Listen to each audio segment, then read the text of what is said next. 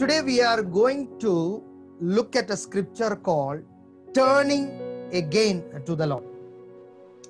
You see, our God is a God of second chances. He allows U-turns in our lives. So many times we are so sad of the things that is happening in our lives. Sometimes we take some decision which can mess our life completely. You see, life is a collection of decisions. It's a collection of decisions. You will find yourself in that position which you decided to be in. Sometimes certain things go out of hand. Sometimes, or majority of time, it's our choice that gives us more headache or problems. But I want to tell you, even though we make bad choices in our life, even though we mess up in our life, our God is a God of second chances. He gives us opportunity, or He can give us situation to change ourselves, to take a decision. So whatever your situation you are in, I want to say to you that continue to believe in the Lord, and God will turn that situation around for your benefit. So the title of today's message is Turn Again to the Lord. Turn again to the Lord. I am going to read from the book of James chapter 4 verses 8. Book of James chapter 4 verses 8. Draw near to God and He will draw near to you. Wow, what a powerful scripture. Drawing near to God. Here Apostle James is exhorting the church people or the members of the church to come near God, to go near God. The word used there is called drawing near God. You see, the word drawing is not that coloring and all. The word drawing has another meaning also. Drawing means to draw water from a well. That means putting an effort to pull out water from the well. So what is Apostle saying? Apostle is saying that we must put an effort to go to God. See, sometimes, we expect God to reach us. No, it's not always like that.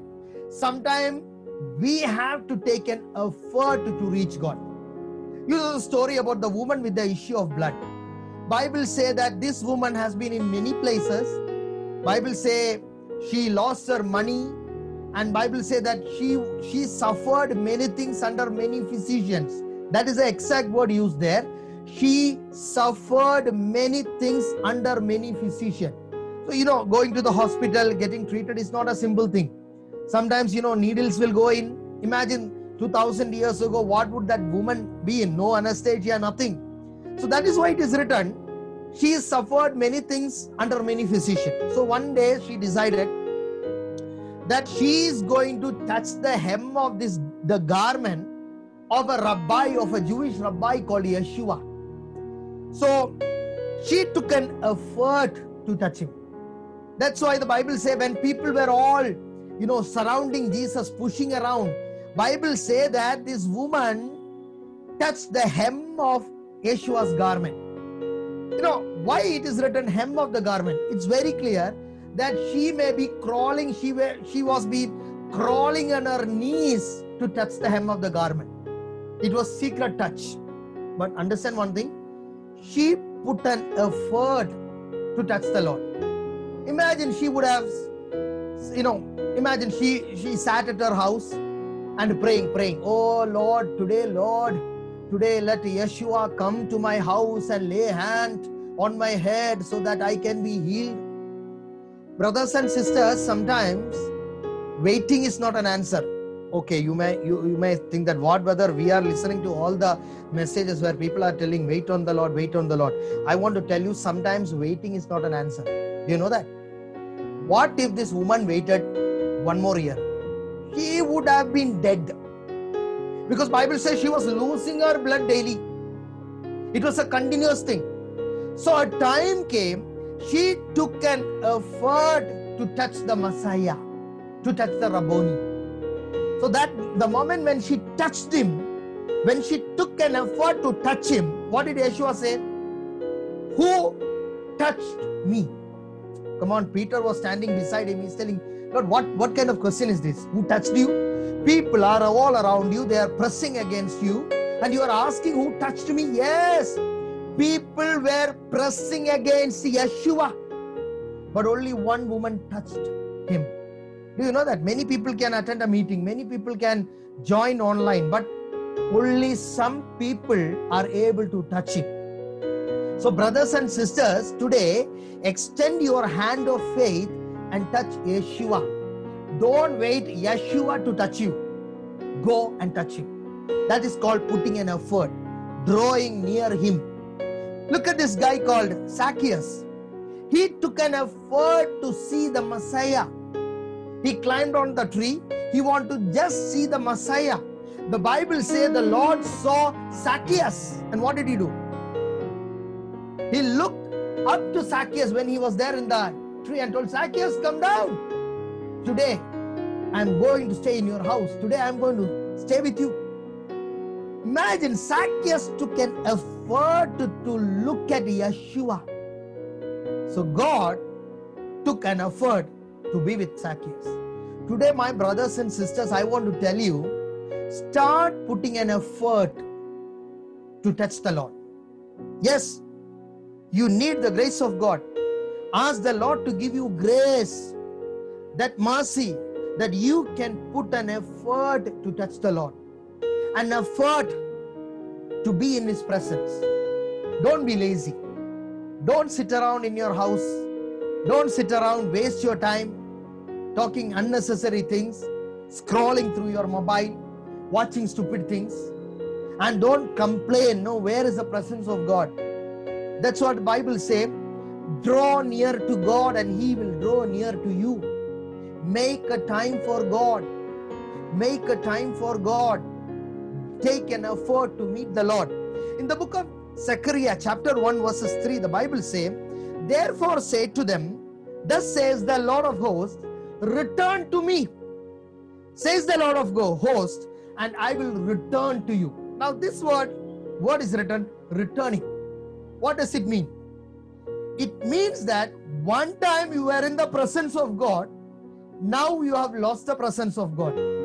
One time you are spending your time in prayer, now you don't spend time in prayer. One time you are reading the Word of God, now you don't read the Word of God. One time you are an active member of the church, now you are not active member of the church. I'm not talking about literally going to the church, now you know what we are going through, but yet you can be part of the online service. Before you were doing many things, now you are not doing anything. What is happening? Answer is very simple. You are backslidden. You have gone back. If you say that, brother, many people say like this, brother, those days when I came to the Lord, those days, those wonderful days, you know, I used to pray, I used to fast. So what about these days? You're talking about those days. Some people, you know, when I go there, they will tell me, brother, in 1982, in 1986, you know, I was like a lion. I am not bothered about what happened in 1982, 92, 202 and 2016. I'm not even bothered about what you did yesterday. What I am going to tell you is that, what did you do today? Are you ready today? Are you ready today? Now see, this is the problem. We have to make an effort, depending on the grace of God, to return to Him. Today, my brothers and sisters, have you backslid from your prayer life? Have you backslid from reading the Word of God? Have you backslid from attending an online service? Today, I want to tell you, it is the time for you to return. Yes, turn around, turn again to the Lord. The Lord is asking you to return to Him.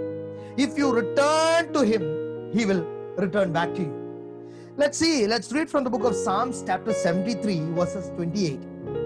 It reads like this, Psalms 73 verses 28. But it is good for me to draw near to God.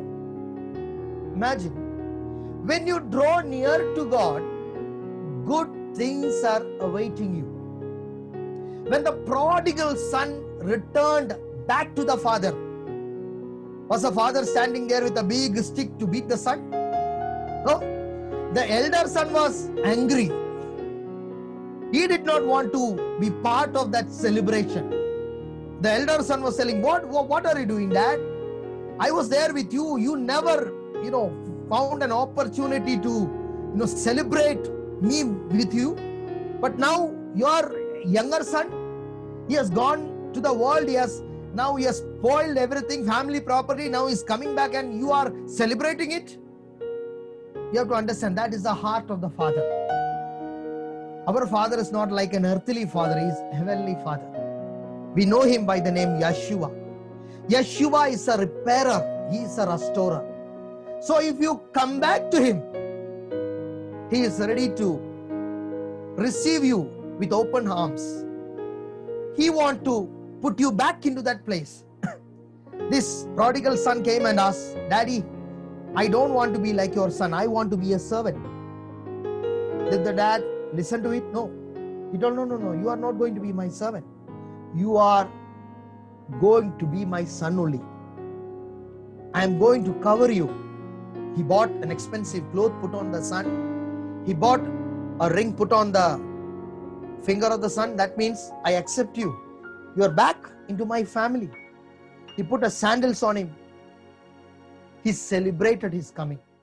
My brothers and sisters, today, if you return back to prayer, if you return back to the Word of God, if you return back to your spiritual life, there is a Father in heaven who will celebrate your coming back, your return. Yes, He is a loving, everlasting Father.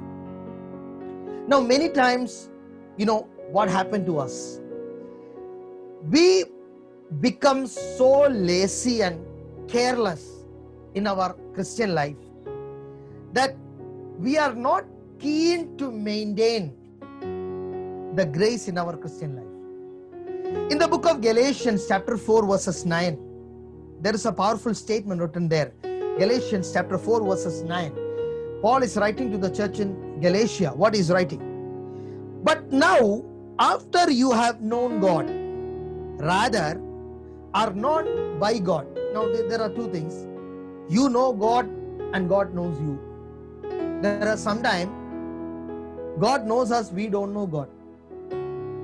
Yes, God knows us, but we don't spend time with God. So here Paul is telling, now after you have known God, or another verse is putting, or rather are known by God, was next part. How is that you turn again? You are turning again to the weak and beggarly elements to which you desire again to be in bondage. What is writing to the Galatians church? He is telling, oh believers of Galatia, you are now born again. You came to the Lord. But now after coming to the Lord, you are going back again to the world. You are turning back again to the things of the world. And it concludes like this. And you are desiring again to be in bondage. Now you understand one thing. After coming to the Lord, if you make a U-turn back into the world, you will go into bondage. This is a very bad thing. There is a Christian doctrine which say that once saved, always saved. Once you are a born-again Christian, you are saved. You have to understand one thing. The salvation has two sides. One side is God's side. It is complete. Yeshua said, it is finished. That means there is nothing to be done. There is nothing extra to be done. Everything is complete. Everything is finished. That's what the Bible says. It is finished. Everything is done. It is complete. But there is something called as man's part, where man is asked to stay faithful till the end. Do you know? God's part, He is perfect. But now it is man's part, like marriage covenant. Husband and wife is joined together in holy matrimony. Now faithfulness is an individual choice. A husband can stay faithful to the wife. A wife can stay faithful to the husband. But one time if the husband want to cheat, you see, the wife might not know, but she still will stay faithful. But that man can cheat in a relationship. Same way, same way, when you are in the presence of God, God will continuously stay faithful to you. But it is possible for you to cheat in that relationship. You can go back to the world. Go back to the things that you once left. Go back and become addicted to those things you once said, Lord, forgive me. You see in the book of 2 Peter chapter 2 verses 20 to 22, very powerful words. 2 Peter chapter 2 verses 20 to 22. For if after they have escaped, see that word? After they have escaped the defilement of the world through the knowledge of the Lord and Savior Yeshua HaMashiach, they are again entangled in it and overcome. The last state has become worse for them than the first. Now what he is telling, that after you are known to God, if you go back to those things and get yourself entangled again in it, your condition will become worse. Verses 21, for it would be better for them not to have known the way of righteousness than after knowing it to turn back from the holy commandment delivered to them. Here Peter is writing, it is better that you don't know Bible and go sin rather than knowing the Bible and doing sin. You see, brothers, Christian life is very important. And there is a version called the New Living Translation. New Living Translation. What I read is from the Hebrew name version. What I am going to read now, it is from the New Living Translation, 2 Peter chapter 2 verses 22. Now how the New Living Translation has written it, now how they have put it in the scripture, what about backsliding? It's 2 Peter chapter 2 verses 22. So people who came to the Lord and going back to the same sin that they left, what are they? I'm going to read 2 Peter 2:22. They prove the truth of this proverb.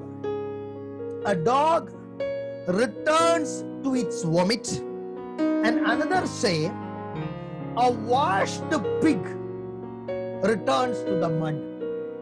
Now see, there are two images or two things that Peter is using to bring out the fact of a believer going back to sin. The first picture is the dog. What is the picture of the dog? You know, the dog is going back to the vomit that he vomited.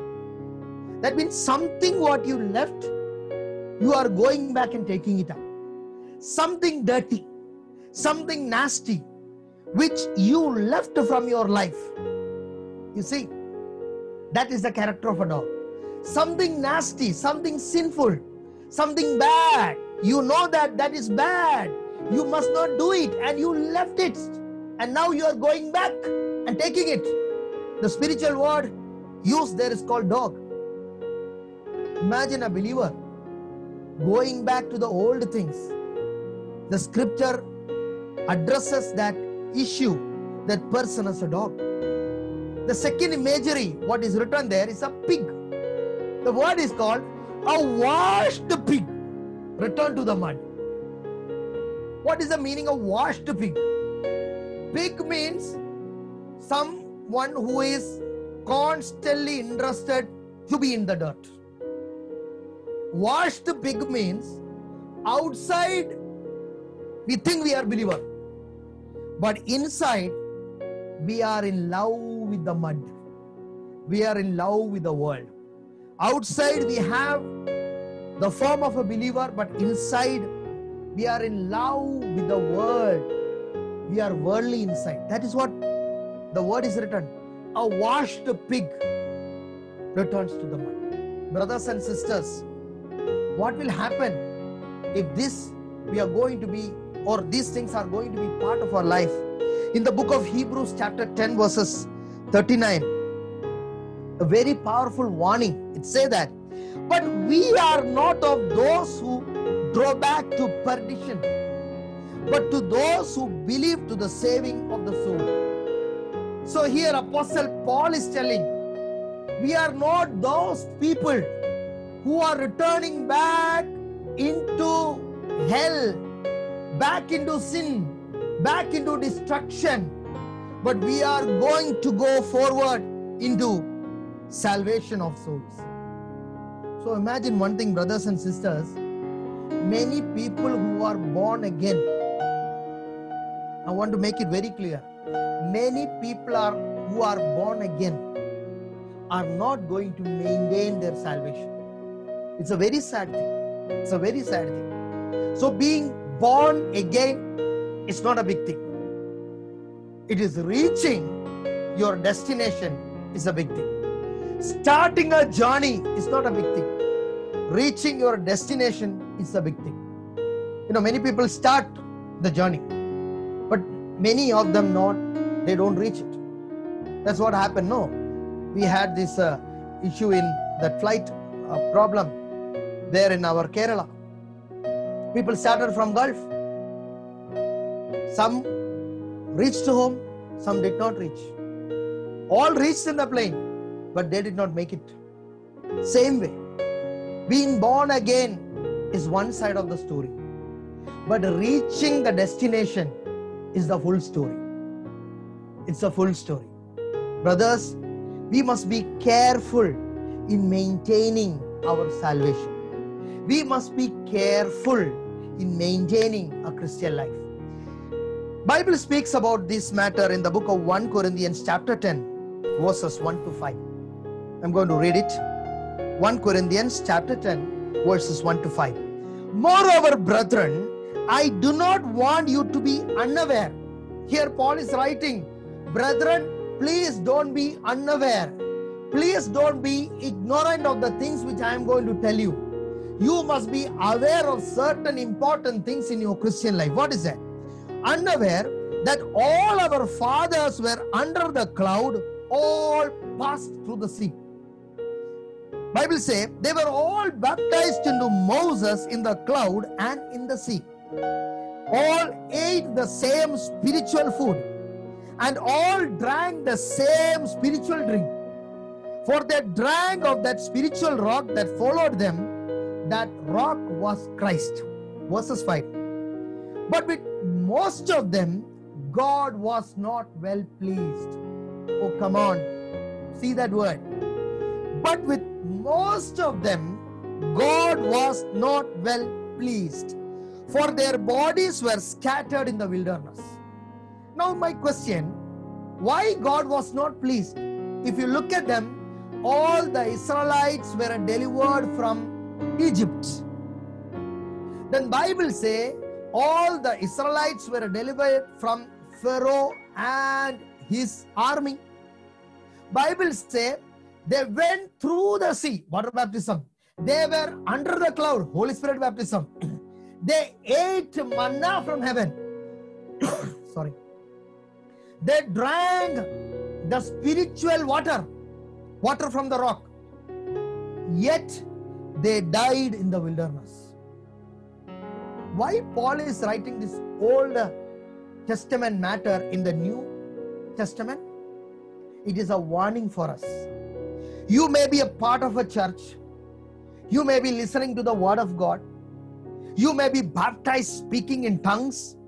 You may be baptized in water. Yet, if you are not keeping the seriousness of a Christian life, God is not pleased, brother. God is not pleased, sister. I know for many people this is a very tough thing, but this is the reality of Christian life. As a Bible student, I have to tell you, these are the real facts of Christianity. You know, we have this outward show of Christians. We are big, holy people. We are, you know, we are so pious, and no, you have to understand. We can fool the world, but God looks at our heart. One day we will stand before the throne of the Lord, and all the secret things of our heart will be exposed. What we are, what nature we had, what is our real inner heart setting. All these things will be exposed in the light of God. So it is always better that you correct yourself when you have a chance to correct. Brother, going there in heaven and there is no chance for you to correct. In the presence of God, being in the presence of God, standing there after your death, you have no chance to correct or regret. You are going to receive what you did in the body. So as long as you are in this earth, you are alive, I want to tell you, my brothers and sisters, that you need to correct yourself. Last time we were having this Holy Communion service. So I was talking about the holy life, why we should not smoke and why we should not drink. Smoking damages your body. It damages your lungs, because you are the temple of God. You must not destroy the temple of God. So smoking is going to spoil your lungs. The moment I told that, one sister just left the meeting. I didn't know this matter and all. After our meeting, the main pastor told, brother, one sister, she left the meeting when you spoke about smoking. I told, why? What happened? Brother, you don't know, she's addicted to smoking. So what I am telling you, see, it is your life. I am not going to be in that throne to judge you. I am telling you your life. When I am preaching, I am also preaching not only to you, but preaching also to me. That I am also preaching and making myself understand that I have to be careful. So don't think that this message is for you people. No, this message is for us. We are all human beings. We are all flesh and blood. We all have mistakes. But brothers and sisters, we have to exhort each other. We have to talk to each other. We have to strengthen each other. We have to understand the knowledge and truth, the fact of things, that we need to be careful in our Christian life. In the book of Luke chapter 17, verses 32 to 35. Now listen very carefully. Here there is a very powerful statement from Yeshua. What he's telling? Book of Luke chapter 17, verses 32. Remember Lot's wife. Now see, Bible say, he who looks at a woman in lust commits adultery. The woman who is spoken there is especially a married woman, someone's wife. But here, this is the only scripture which say that remember somebody else's wife. What is saying? Remember Lot's wife. There is a story in that scripture. Remembering Lot's wife. What happened to Mrs. Lot? See, God wanted to save Lot and his family. So, Bible say the Lord sent 2 angels to Sodom and Gomorrah. So the angels told that Lot and his wife and 2 kids, two young women, come, it's time that you should go out. But the Bible says they were lingering. They were not willing to go there soon. So the angels had to literally take the hand of both of them. That means 2 angels, they caught hold of 4 people. Like one hand, I believe Lot, one hand his wife, the other angel might have, taken hold of his 2 daughters. The angel, they ran out holding them with their hands. The Bible say, they told them, when you run out, don't look back. But our Mrs. Lot was so attached to the pressure cooker and the television and the washing machine and all those things, her jewelry, her dress, costly silk saris in her wardrobe. So Mrs. Lot couldn't help. Even though she was running forward, she was looking back. So you can see that is as a picture of Christian life. With the leg, you are going front. but with your eyes, you are back in the world. Many people are like that. Oh, brother, I am praying, I'm fasting, I'm going. But my question, where are you looking? Where is your eyes? Where is your heart? If you see, the angels were pushing them out of Sodom and Gomorrah. But Mrs. Lot was looking back. So with the leg, she was running forward, but with the eyes, or you can say inwardly, she was looking backward. Do you see a picture there? We claim to be Christians outwardly, but inwardly, we are still the old man. The people of the world. We love the things of the world. See, there is a big picture of what you call transformation. You see, what is the real picture of transformation? Listen very carefully. You know, the reptile called snake. You see, snake always changes its skin. It sheds the skin. But who is Snake using has the an ability to change or to change the skin. A snake can do that. Every year, I don't know, maybe a couple of months, a snake can change or shed the skin. Then also the snake will remain snake. But what about a caterpillar? A caterpillar, when it goes into the cocoon and comes out, it becomes a butterfly. That is called transformation. The snake was putting a makeup, but the butterfly was having a transformation. So as a Christian, are we wearing a makeup or are we really transformed? See, Bible is not just a book of information. Bible brings transformation. Satan has information. He can preach the word of God, but Satan is still Satan because there is no transformation. Information is not, or information never makes you a believer. It is transformation that makes you a believer, a true disciple of the Lord. You see, brothers and sisters, we have to turn again to the Lord. Here, Yeshua is telling, remember Lot's wife. Luke 17, 34 and 35. Very important scriptures. Brothers and sisters, listen. I tell you, in that night, there will be two people in one bed. The one will be taken and other will be left. You know, some people say that, you see, night we will be sleeping in, husband, wife will be sleeping in the bed. One person will go, other person will remain. That is not the meaning. The meaning is something different.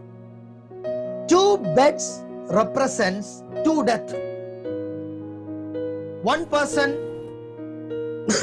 what you call, the tomb will remain closed.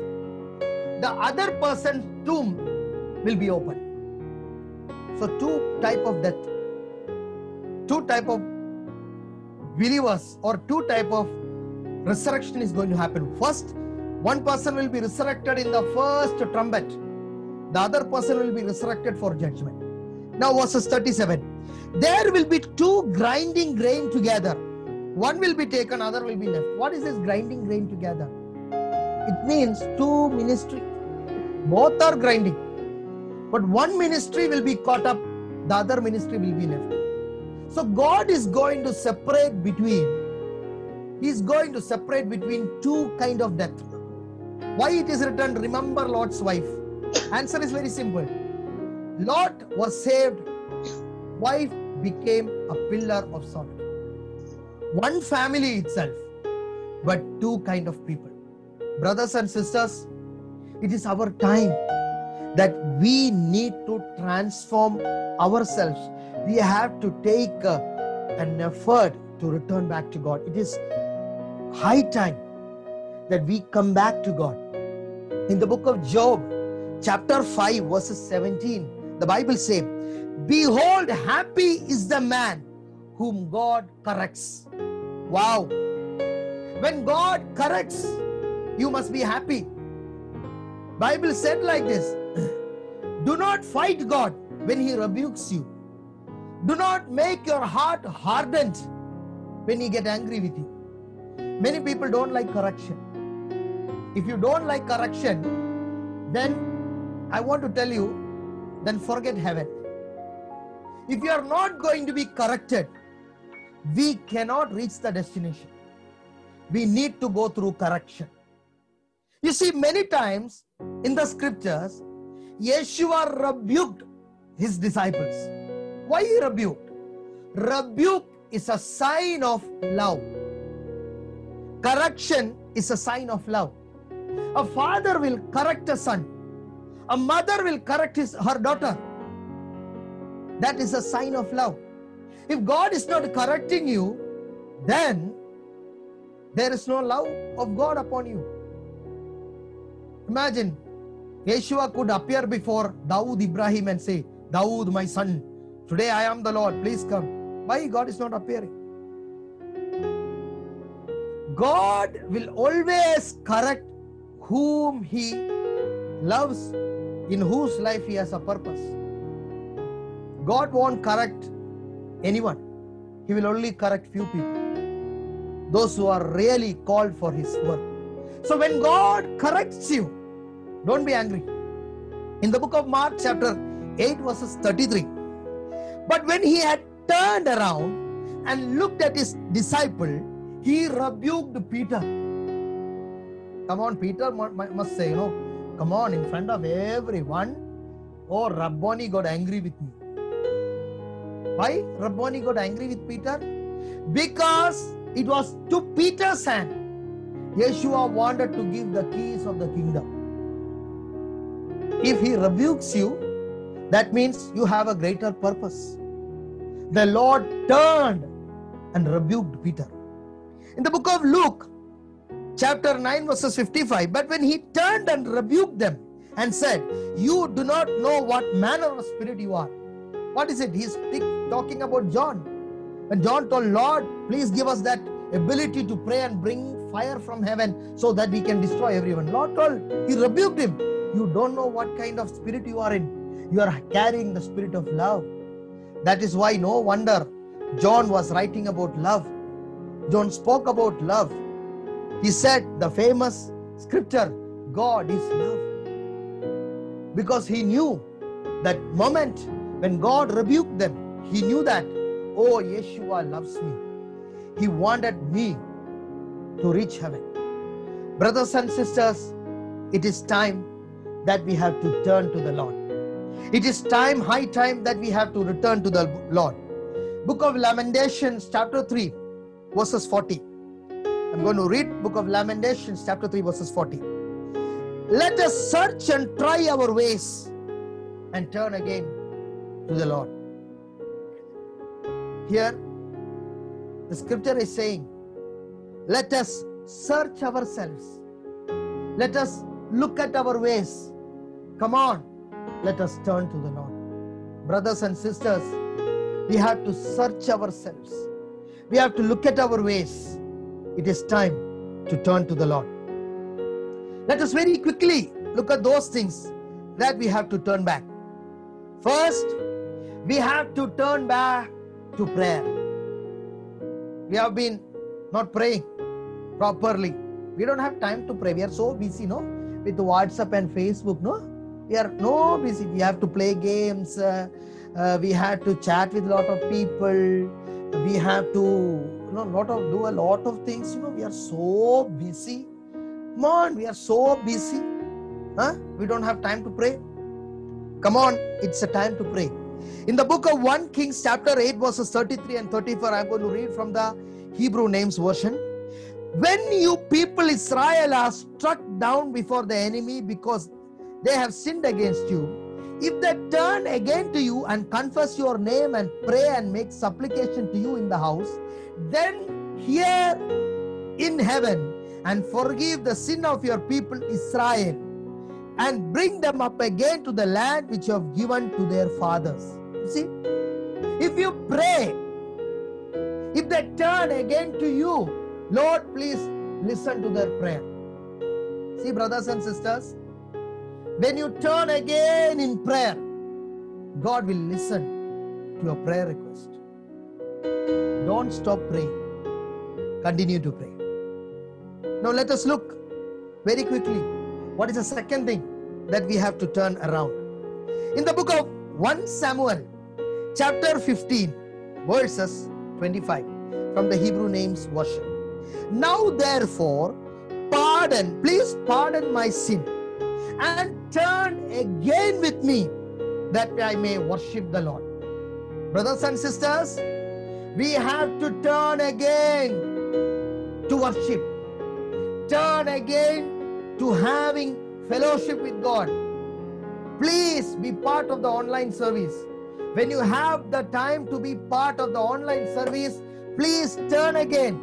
In the book of Hebrews chapter 10 verses 25, in the NIV version, it says that, let us not give up meeting together. Let us not give up meeting together, as some are in the habit of doing. Don't leave the meetings. If you have chance to have an online fellowship, please be part of the meeting. And Bible says, but let us encourage one another, and all the more as you say the day is approaching. Come on, let us come together to worship the Lord. Let us not discard the time of worship. So let us turn again to prayer. Let us turn again to worship. In the book of 2 Chronicles, chapter 30 verses 9, it speaks about turning to the Lord. What will happen when you turn to the Lord? 2 Chronicles chapter 30 verses 9. If you turn again to the Lord, you brothers and your children shall find compassion before those who led them captive. You understand? When you turn to God, you are going to receive the favor, the mercy, the compassion to live in this world.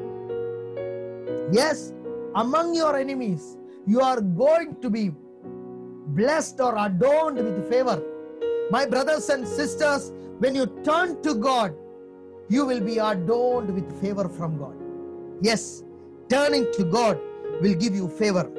2 Chronicles chapter 30 verses 6, again from the Hebrew Names version. So the couriers went with the letters from the king and his princes throughout all Israel and Judah, and according to the commandment of the king, saying, you children of Israel, turn again to the Lord, the God of Abraham, Isaac, and Israel, that he may return to the remnant that have escaped of you out of the hand of the king of Assyria. What does it mean? When you turn again to God, he will deliver you from your enemies. He will take you away from your adversaries. Turning away to God will give you deliverance. Now the fifth thing, what you must turn. When you turn, what will happen to you? It is book of Acts chapter 28 verses 27. Bible say, for this people heart has gone callous. Their ears are dull of hearing. Their eyes have closed, lest they should see with their eyes, hear with their eyes, hear with their ears, understand with their heart, and would turn again, that I would heal them. Understand this? If you turn, God will heal you. It was a punishment to Israel that they must not come to God. But here there is another meaning to that. If you turn to God, he will heal you. Healing comes when you turn to God. Healing comes when you turn to God. Today when we pray together, we are going to see the mighty things of God, that the Lord is going to touch each and every families that is going to be joined in prayer. Again, very quickly, Psalms 80 verses 19. Why should we turn? Psalms 80 verses 19. Turn us again, Lord God of hosts. Cause your face to shine, that we will be saved. Brothers and sisters, when we turn again to the Lord, yes, we will be maintained in salvation. We will be maintained in salvation. There are certain things which took you away from the righteousness of God, back to the world. But today, if you turn, you will be established back to God. Now, the last and final thing, what will happen when we turn to the Lord? Acts chapter 3, verses 19. Repent, therefore, and turn again, that your sins may be blotted out, so that there may come times of refreshing from the presence of God. You see, refreshment from the presence of God, revival from the presence of God comes when you turn to Him. My brothers and sisters, it is time that we should turn to God. Everybody close your eyes. Let's have a word of prayer. Let's ask the Lord to turn our heart to Him. Father, I pray in the mighty name of Yeshua HaMashiach. Lord, I pray that the hearts of people be turned to you, Lord. Lord, let them return back to you in prayer, in fasting, in repentance, in worship, in every way, Lord. In the word of God, let their hearts turn to God. I pray, Lord, bless them with ministry, bless them with healing and deliverance, bless them with miracles. Thank you, Father, for listening to our prayers.